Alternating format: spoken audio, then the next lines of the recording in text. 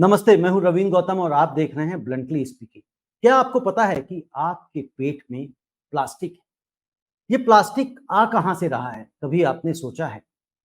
अभी जो एक रिपोर्ट आई है, उस रिपोर्ट में बताया गया है कि आपके पेट में मिलियंस पार्टिकल प्लास्टिक जमा हो रहा है। आज हम इसी के ऊपर चर्चा करने वाले हैं। आपने सुना ही होगा कि आत्मा को ना कोई मार सकता है, ना अग्नि जला सकती है, ना पानी डुबो सकता है।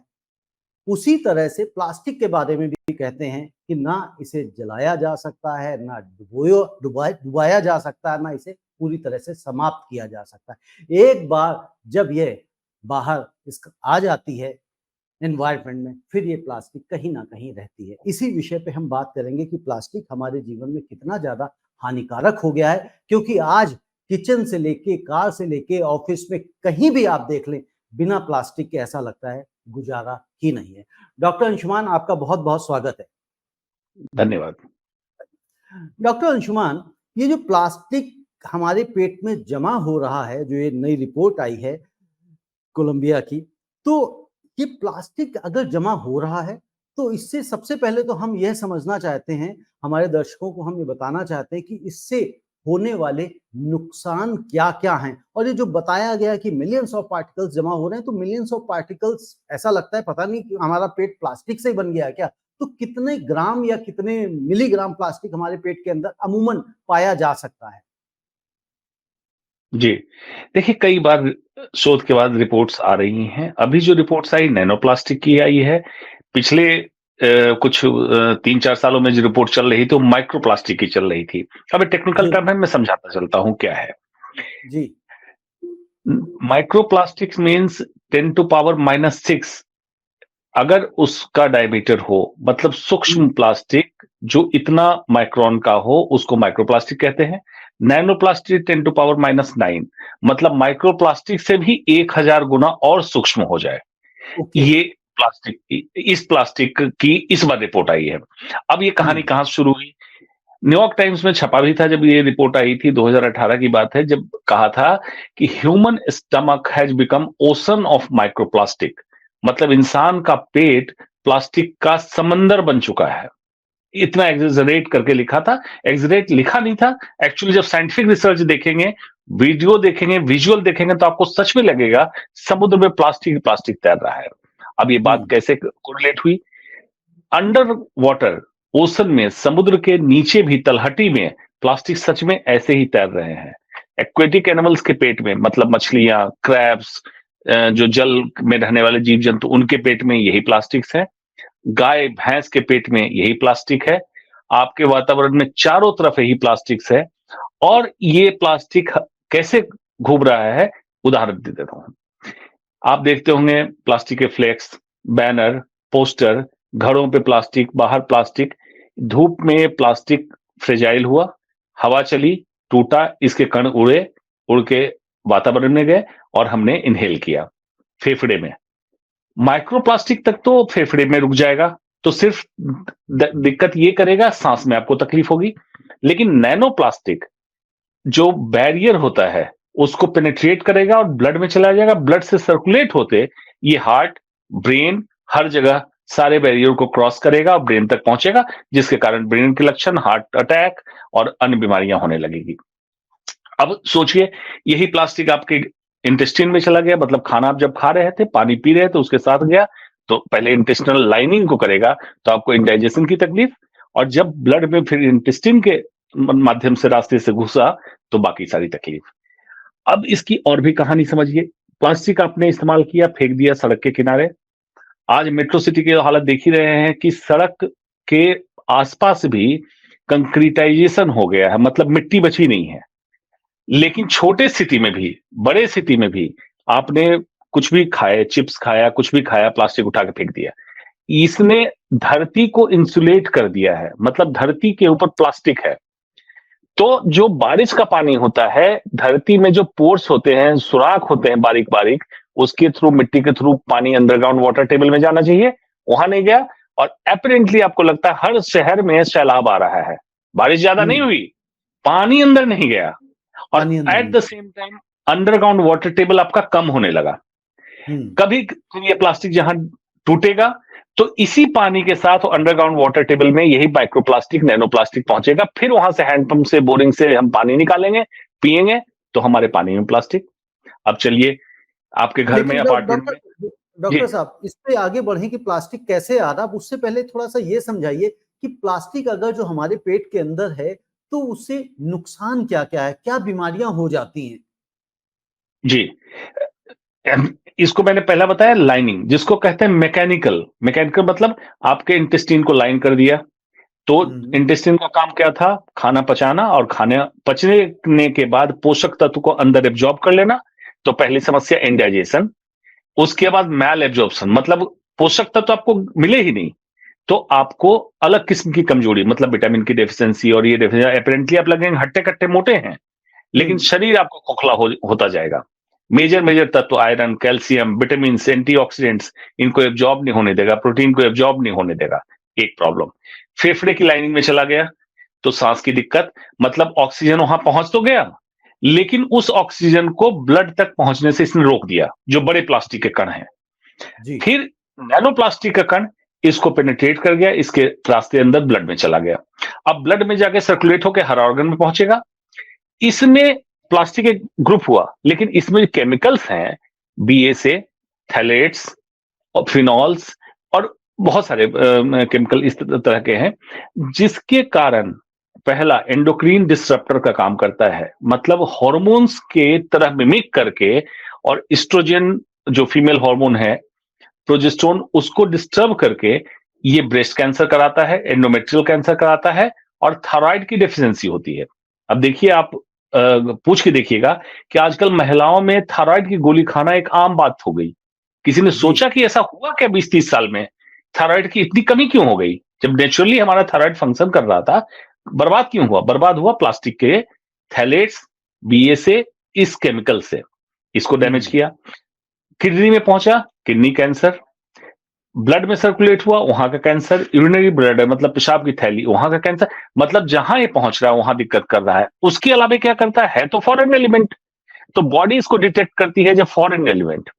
और इन्फ्लेमेशन मतलब सूजन कराती है, जैसे कोविड में, कोरोना में क्या करता था वायरस? इन्फ्लेमेशन कराता था, लंग डैमेज कराता था, तो लंग डैमेज होगा। हार्ट में पहुंचेगा तो हार्ट डैमेज होगा और हार्ट अटैक की संभावना बढ़ेगी। ब्रेन में पहुंचेगा, फॉगिंग, मतलब ऐसा लगेगा कुछ कुछ याद है, कुछ मैं भूल रहा हूं, शायद ऐसी कोई बात हुई थी। मेमोरी लॉस, अभी की बात भूल गए, पुरानी बात को बहुत जोर लगा के याद करना पड़ता है। इरिटेबिलिटी, नींद का कम आना, बेचैनी, इस तरह की समस्या ब्रेन में पहुंचने के कारण। तो जिस ऑर्गन में पहुंच रहा है वही डैमेज कर रहा है। ये तो अभी तक के रिसर्च की बात कह रहा हूं, क्योंकि जब माइक्रोप्लास्टिक का रिसर्च आया था तो यही हुआ था कि ये सिर्फ केमिकल लीच करके ही प्रॉब्लम कर रहा है, लेकिन जब नैनो पार्टिकल डिटेक्ट हुआ, जो जिस स्टडी की बात आप अभी कह रहे थे, कोलंबिया स्टडी की, तब पता चला कि ये तो प्लास्टिक पार्टिकल्स भी ब्लड में पहुंच गया। तो जैसे जैसे रिसर्च आता जाएगा, इसकी समस्या का अंदाजा लोगों को भी नहीं है।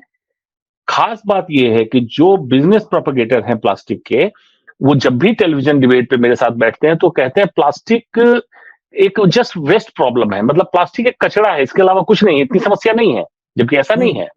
अगर सिंपल कचरा होता और कचरों की तरह मैनेज कर लिए जाते, लेकिन ऐसा नहीं है। ओपनिंग में आपने भी कहा, इसके इन्वेंटर ने प्लास्टिक ढूंढा था तो कहा था ये न गलेगा, न सड़ेगा, न जलेगा, और एग्जैक्टली यही इसका दुष्परिणाम करेगा, ये किसी को अंदाजा नहीं था। तो कहीं भी आप फेंक दीजिए, डिग्रेडेशन टाइम है 200 से 1200 साल, मतलब 200 से 1200 साल लगता है इसको टूटने में, और टूटने के बाद भी खत्म नहीं होता है, छोटे छोटे पार्टिकल्स में ये कहीं कहीं मौजूद रहता है। इतनी बड़ी ये समस्या है। इतनी बड़ी ये समस्या है, जो कोलंबियन है स्टडी, क्या नाम है उसका संस्था का, proceedings of national academy of sciences, उनकी शायद रिपोर्ट है। डॉक्टर अंशुमान, जैसे आपने ये बात कही कि भाई ये बीमारियां हैं, जैसे आपने कहा कि याददाश्त चली जाना या डिस्टॉर्ट होना मेमोरी का, मेमोरी लॉस होना, तो कई बार तो मुझे भी लगता है कि भाई मेमोरी लॉस हो रही है, अभी तो मैंने फोन उठाया था और अब याद ही नहीं है कि किसको करना था। और ये सिर्फ मेरे साथ नहीं हो रहा, शायद मुझे लगता है कि हमारी आपकी सभी की उम्र में इस तरह की चीजें आ रही, इवन आजकल बच्चों को भी ये समस्याएं आ रही। तो क्या इसका एक ये अहम कारण प्लास्टिक भी हम मान सकते हैं या इसके अलावा भी कारण हो सकते हैं? जी, ये कहना मेमोरी लॉस का कारण प्लास्टिक ही है, ये गलत होगा। कहना ये उचित होगा प्लास्टिक भी है। प्लास्टिक लेकिन भी है। उससे हाँ, लेकिन उससे ज्यादा कॉमन कारण और है। नंबर 1 जी। डिजिटल डिस्ट्रैक्शन, पहला कारण हम्म। मेमोरी लॉस का। आज हम हर मानव जो थोड़ा मतलब जो खाना खा पा रहा है, उसके हाथ में मोबाइल आ गया। जी। डिजिटली इतना इन्वॉल्व है और बेवजह आप अगर अपनी एनालिसिस पूरे दिन की करें, तो काम के लिए शायद आप 10% इन्वॉल्व होते हैं मोबाइल या स्क्रीन पे, उससे ज्यादा आप बेवजह इन्वॉल्व होते हैं, जो आपकी जरूरत नहीं है। तो बहुत सारे थॉट प्रोसेस आप दे देते हैं दिमाग को प्रोसेसिंग करने के लिए, और जब आप ऑफ स्क्रीन भी होते हैं, तो दिमाग उसको प्रोसेस कर रहा होता है, तो आपको लगता है मेमोरी लॉस। एक्चुअली आप डिस्ट्रैक्टेड हैं, क्योंकि माइंड आपका प्रोसेस कर रहा है तो कुछ और आपने सोचा, और ये बहुत छोटी बात लगी, माइंड ने इसको इग्नोर कर दिया। नींद की कमी दूसरा जी। बहुत बड़ा कारण, स्ट्रेस तनाव बहुत बढ़ता जा रहा है तीसरा कारण, इनएडुकेट फूड से मतलब मेरा कि खाना आप खा रहे हैं, लेकिन क्या उसमें proper lecithin, phospholipids, omega 3 fatty acid, इन सब की मात्रा टेक्निकल है, इसमें ना उलझे। उदाहरण के तौर पे, क्या आपके खाने में नट्स हैं, एंटीऑक्सीडेंट्स सब्जियां हैं, फल हैं, हम्म। वो भी पॉइजन फ्री फल, पॉइजन फ्री हम्म। सब्जियां, इसकी कमी हुई, ये बहुत बड़ा कारण हुआ। जो फास्ट फूड खा रहे हैं बच्चे, उसमें एजिनोमोटो, एक चाइनीज सॉल्ट जैसा होता है, जी। जिससे के कारण चाइनीज फूड का जो चाइनीज। टेस्ट आता है, जी। वो बहुत बड़ा कारण है मेमोरी लॉस का बच्चों में, जी। रिटार्डेड ब्रेन डेवलपमेंट का। तो बहुत सारे कारण हैं, तो लेकिन यानी कि आप ये प्लास्टिक कहते हैं कि अजीनोमोटो को खाने में नहीं रखना चाहिए, उसे अवॉइड करना चाहिए, इग्नोर करना चाहिए, बल्कि बैन करना चाहिए। बहुत सारे कंट्री ने बैन कर दिया है अजीनोमोटो को। अफसोस है कि ओके। हमारे कंट्री में अभी भी ये मिल रहा है। हाँ, हमारी कंट्री तो खैर सबसे आखिरी में जाती है। हमारी एक्चुअली पॉपुलेशन बहुत ज़्यादा है, इस वजह से शायद सरकार कहती है चलिए चलने दें। चलिए अभी हम और चीज़ों में नहीं जाते हैं, अदरवाइज़ हम ड्रैग कर जाएँगे। अब डॉक्टर अंशुमान, जब हम प्लास्टिक की ही बात कर रहे हैं, तो अगर हम आज से 30-40 साल पहले चले जाएँ, बल्कि 40 साल जाने की मुझे लगता है ज़रूरत नहीं है, 20-25 साल पहले भी चले जाएँ, तब प्लास्टिक का शायद इतना उपयोग नहीं था। इवन मुझे याद है कि जब हम सब्जी लेने भी जाया करते थे, छोटे थे, 30 साल पहले अगर हम लगा लें, तो घर से हम कपड़े का थैला लेकर जाते थे। लेकिन जब से ये पॉलीएथिलीन आया, जिसे हम पॉलीथीन बैग कहते हैं, और तब से हम लोगों ने ये घर से जो थैले का वाला चलन था कपड़े वाला, वो खत्म हो गया। तो इस तरह से जैसे पॉलीथीन आ रहा, और भी बहुत सारी चीजें हैं, प्लास्टिक के अच्छा बॉटल्स में जो हम पानी पी रहे हैं, जो मिनरल वाटर्स या पैकेज ड्रिंकिंग वाटर जो है, सुपर हाइजीनिक वाटर हम पीते हैं, वो कितना नुकसानदायक है? क्या वो हमारी सेहत बना रहा है या हमारी सेहत को बिगाड़ रहा है? देखिए, इसको ऐसे समझने की जरूरत है, इंसान ने अपने चारों तरफ एक कंफर्ट जोन तैयार किया है, लेकिन उसको मैं कहता हूं सूडो कंफर्ट जोन, मतलब झूठा कंफर्ट जोन। अगर आप बीमार ही हो गए, तो ऐसे ही कंफर्ट जोन का क्या करेंगे आप? अब सूडो कंफर्ट जोन क्यों मैं कह रहा हूं? आपने बात की थैला लेके जाते थे, अगर हम्म। आपके गाड़ी में, बाइक की डिक्की में, बॉक्स में अगर एक कपड़े का थैला पड़ा हो, तो क्या समस्या हो जाएगी ऐसी? आप अपना बिल्कुल। थैला लेके उतरिए और सामान लीजिए। अब कहिएगा कि मोटिवेशन क्या है, इंसान की साइकोलॉजी समझिए कि भाई, अब ठीक है, मेरे एक छोड़ने से क्या हो जाएगा, प्लास्टिक का बर्डन कम हो जाएगा, लेकिन हर हम्म। इंसान यही सोच रहा है। यस। अब इसका उल्टा, हर इंसान यही सोचे कि चलो मैं अपना पार्ट करता हूं, देखता हूं दूसरे पार्ट। एक तो मोटिवेशन ऐसे नहीं होगा, ये तो बड़ा आइडियलिस्टिक बात हो गई कि आप वातावरण के लिए काम कर रहे हैं। कुछ ट्रेंडिंग लोग, जो अभी नए नए उत्साहित लोग हैं, वो कहते हैं कि मुझे तो I have to save earth, आजकल ट्रेंड चलता है, तो वो कर लेंगे, उनकी आबादी बहुत कम है। आपके ऊपर डायरेक्ट पहला इंपैक्ट डाल रहा है। कचरा आप अपने अराउंड फेंकेंगे, वो उड़ के आप ही के इनहेलेशन में, मतलब सांस में जाएगा, आपके बच्चों पे भी डालेगा। पहला मोटिवेशन आपका ये है। जी। अब ये थैले की बात हुई। दूसरा, ये शायद दर्शक जो देख रहे हैं ये पहचान जाएंगे, याद होगा, हम्म। पीतल का ग्लास, एक चम्मच और एक प्लेट। ये अगर लेडीज अपने पर्स में रख लें और जेंट्स अपने बैग में रख लें, तो ऐसी क्या इनकी मानहानि हो जाएगी? इससे देखिए, तीन चीज रखने से कितनी चीजें खत्म हो गई। जितनी बार आप चाय पीते हैं, पेपर कप में भी अंदर माइक्रोप्लास्टिक की कोटिंग होती है, तभी तो कागज कैसे रोकेगा गर्म चीज को? तो बिल्कुल प्लास्टिक ठीक है बात। या प्लास्टिक इसमें करते हैं। कुछ लोग तो प्लास्टिक के छोटे छोटे बैग में चाय पैक करा के लाते हैं, गर्म चाय। हाँ, चाय पैक करा के लाते हैं। इवन जो चाय पैक, ये ढाबे वगैरह हैं, ढाबे से आप देखते छोले हैं लोग जो छोले मजदूर वगैरह हैं, और वो दाल सब्जी, वगैरह सब सब्जी पैक करा के ले जाते हैं। बिल्कुल। वो पूरा फूड ग्रेड प्लास्टिक तो है नहीं, या दूसरा फूड ग्रेड प्लास्टिक जैसी कोई चीज नहीं होती। ये सब गुड प्लास्टिक बैड प्लास्टिक का मिसकंसेप्शन है। तो इसको रखने से आप जितनी बार चाय पिए अपने ग्लास में पिए, पानी पिए आपके पास ग्लास है। चाय को चीनी मिलाने के लिए स्टिरर आपको दिया जाता है प्लास्टिक का, वो जी। आप डिजोल्व करते हैं चीनी के साथ साथ प्लास्टिक, वो पीते हैं। एक चम्मच आप रख लीजिए और एक छोटी प्लेट रख लीजिए। तो जो आपका खाना प्लास्टिक के प्लेट में आ रहा है, उसके ऊपर प्लास्टिक या सेलोफेन की शीट से पैकिंग होके खाना आता है ऑफिस में, ये खत्म हो गया। आपकी अपनी प्लेट है, आपने क्लीन किया, दोबारा रख लिया, रियूजेबल प्लेट है आपके पास। बर्डन आपके ऊपर भी कम हुआ और इन जनरल वातावरण में कम हुआ। इससे अब चलिए, अब गाड़ी में जा रहे हैं, गाड़ी में आपने कंफर्ट जोन के तहत एक पानी की बोतल खरीदी, एक बार में 1 लीटर आप पानी नहीं पी पाए, पिछले सीट पे आपने बोतल फेंक दी। अब ये गाड़ी जहां जहां खड़ी हो रही है, धूप में जब भी गर्मी पड़ेगी प्लास्टिक पे, तो इसके केमिकल्स ज्यादा लीच करेंगे, मतलब उसमें घुलेंगे पानी में। अब दूसरी बार प्यास लगी, आपको सडनली याद आया कि चलते चलते कहाँ गाड़ी मैं रोकूं पानी की बोतल खरीदने के लिए, आपने वही बोतल उठाई पी लिया। इसमें सारे कैंसर फॉर्मिंग केमिकल्स तब तक जमा हो चुके थे, आपको अंदाजा भी नहीं हुआ।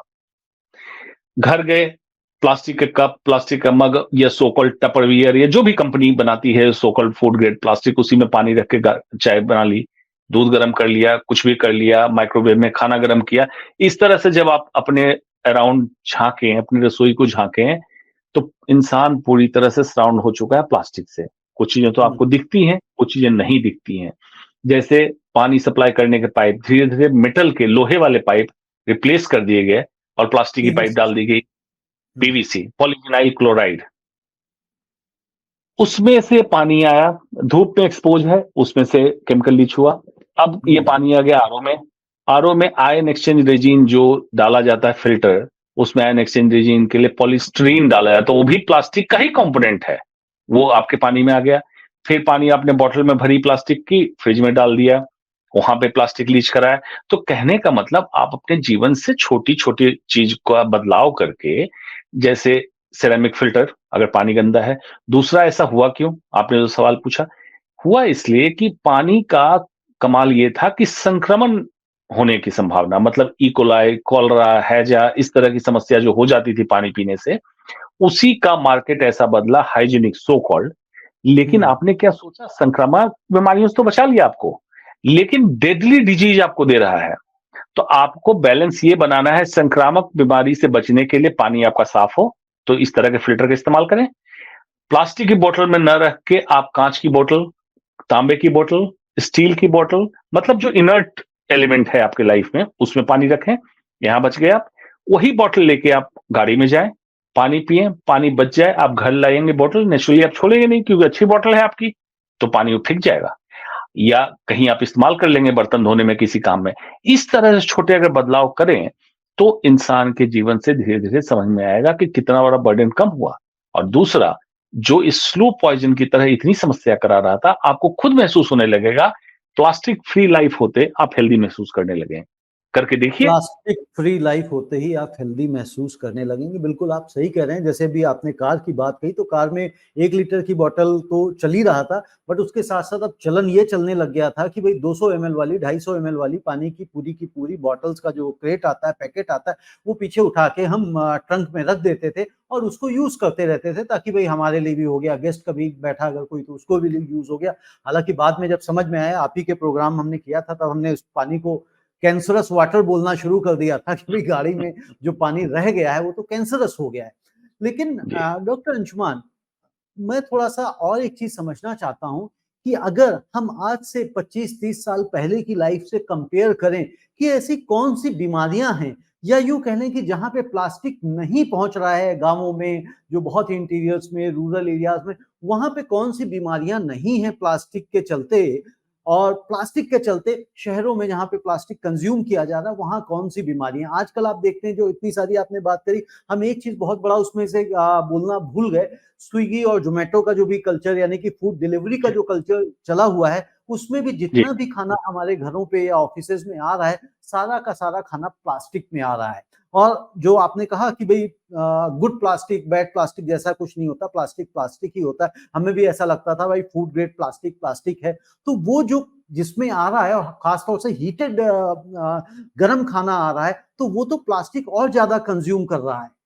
तो उनसे जी कैसे इसको बचें, एक। और इसको दूसरा जो ये बिल्कुल पूछा आपसे कि 25-30 साल पहले बीमारियां कौन सी वहां पे नहीं होती थी और आज प्लास्टिक के चलते क्या बीमारियां हो रही, इसका कंपैरिजन कुछ हम देख सकते हैं क्या? बिल्कुल। देखिए, आपने बिल्कुल हमसे मिस हुआ था। स्विगी, ज़ोमैटो टाइप का जो भी इस तरह का फूड डिलीवरी चेन है, गरम खाना सीधा प्लास्टिक में पैक कर दिया गया और सील कर दिया गया। तो जो भी हीट सर्कुलेट हो रहा है और लीच कर रहा है केमिकल को, आपके खाने में गिरा, खाना आपने हम्म। खाया। लेकिन आम तौर पे आज इंडियन घरों में जो अफ़ोर्ड कर पा रहे हैं ये खाना, कभी भी इतना का खाना नहीं मंगवाया जाता है कि वो कंज़्यूम कर लें। खाना बचेगा, आप उसी पैकेट को उठाएँगे, फ्रिज में डालेंगे और अगले दिन फिर उसी पैकेट को गरम कर लेंगे कि ये तो गरम हो जाएगा। तो ये डबल, ट्रिपल, मल्टीपल लीचिंग आप केमिकल का कराते हैं अपनी लाइफ में, हम्म। आपके खाने के थ्रू। अब जो आपने बात कही, अब इस बात को क्या से 20-30 साल पहले को अगर कंपेयर करें तो हेड टू हेड ये थोड़ा पॉसिबल इसलिए नहीं है कि डिजिटलाइजेशन होने के कारण जो चीजें बड़े शहरों में हैं, मोर और लेस, कम या ज्यादा छोटे शहरों में या गांवों तक पहुंच चुकी है, जो पहले ऐसी उपलब्धता नहीं थी। तो इसको कंपेयर कैसे कर सकते हैं कि आज कौन-कौन सी बीमारियां कहां-कहां कॉमन हुई, नंबर 1। नंबर 2, जो अनकॉमन थी छोटे सिटी या गांव में पहले 30 साल पहले, जहां इस तरह हम्म। का चलन नहीं था, उसमें एंडोक्राइन रिलेटेड प्रॉब्लम, जिसमें मैंने कहा थायराइड, महिलाओं में PCOD, polycystic ovarian disease, PCOS भी बोलते हैं, सिंड्रोम, इरेगुलर मेंस्ट्रुएशन, मासिक धर्म का गड़बड़ होना, इनफर्टिलिटी, बांझपन जिसको कहते हैं, नपुंसकता, सीमन, स्पर्म में काउंट कम होना, सीमन का खराब होना पुरुषों में। इसलिए देख हम्म। रहे हैं इनफर्टिलिटी सेंटर, आईवीएफ सेंटर कितने सारे आईवीएफ, खुल हाँ, रहे हैं। बहुत बहुत खुल रहे हैं। हाँ, ये बढ़ा। कैंसर ऐसे ऐसे जगह बढ़ गए जहां पूरी तरह प्लास्टिक लेडन है। ब्रेस्ट कैंसर, स्तन का कैंसर बहुत तेजी से बढ़ा। एंडोमेट्रियल कैंसर डायरेक्टली लिंक्ड है प्लास्टिक से, ये बढ़ा। पुरुषों में प्रोस्टेट कैंसर इतना कॉमन नहीं था हम लोगों के कंट्री में, बहुत अनकॉमन था। प्रोस्टेट कैंसर आज 50-55 साल की उम्र में कॉमन हो चुका है। हम्म। अभी अ, और भी रिसर्च चल रहे हैं, लेकिन कुछ लिंक मिला है इंक्रीजिंग हार्ट अटैक से नैनोप्लास्टिक का, और ओके। ब्रेन के डिजेनरेशन, न्यूरो डिजेनरेटिव डिसऑर्डर का प्लास्टिक से। ये 2 बीमारियां और ऐड हुई। नए नए शोध आ रहे हैं, नई नई बीमारियां ऐड हो रही हैं। ये अब जो गैप था बड़े शहरों में छोटे शहर, ये खत्म होता जा रहा है और हर जगह ये पैंडेमिक की तरह ये चीज फैल रही है। अब बताइए रविंद्र भाई कि ऐसी क्या, इसको कौन सा विकास हम कहते हैं, पूरे वर्ल्ड की बात कह रहा हूं, नॉट इंडिया, हर जगह यही समस्या है कि जिस विकास ने पूरी मानव सभ्यता को डैमेज कर दे, वो कौन सा विकास है। आज हम्म। नहीं, आने वाली पीढ़ी 1200 साल तक, उदाहरण हाइपोथेटिकल में बोलता हूं कि आज एक इंटरनेशनल ट्रीटी हो, इंटरनेशनल लॉ पास हो और प्लास्टिक को बैन कर दिया जाए और कह दिया जाए इसका यूजेस इंडस्ट्रियल यूज करेंगे, जहां ह्यूमन लाइफ के डायरेक्ट कांटेक्ट में प्लास्टिक के प्रोडक्ट नहीं आएंगे, तो भी मिनिमम आप सोच लीजिए 200 साल नहीं तो 1200 साल लगेंगे जब हमारी पीढ़ी आएगी जो इससे मुक्त होगी। अभी अभी तक की सोच से हो सकता है इसका डिग्रेडेशन के बाद और भी प्रोडक्ट वातावरण में रहे तो और लंबा भी जा सकता है। और लंबा भी जा सकता है। कुल मिला के ये है कि यदि हम अपनी लाइफ को जितनी जल्दी से जल्दी प्लास्टिक फ्री बना लें, उतना ज़्यादा बेहतर है। और जाहिर सी बात है, अगर हम 25 साल पहले भी बिना प्लास्टिक के रह सकते थे, तो आज हम क्यों नहीं रह सकते हैं। छोटी छोटी छोटी शुरुआत करिए। सब्जियां, फल, बाहर से जो आने वाला सामान है उसको प्लास्टिक बैग में, पॉलीथीन बैग में ना लेके आए, बल्कि घर से थैला लेके जाएं और वहां से किसी भी तरह से प्लास्टिक का थैला नहीं लें। अगर आप ये करते हैं, प्लस जो होम डिलीवरी आपकी फूड ऐसे प्लास्टिक कंटेनर्स में आ रहा है, उनको अवॉइड करना शुरू करें, क्योंकि जाहिर सी बात है, स्वास्थ्य है तभी हम हैं। अदरवाइज क्या अच्छा अगर स्वास्थ्य नहीं रहेगा तो आपके पास चाहे जितनी भी वेल्थ हो, सब कुछ हो, सब बेकार हो जाता है। मुझे लगता है ये कोरोना ने तो हमें सिखाया ही है और इन छोटी-छोटी बातों से भी हमें सीखने की आवश्यकता है।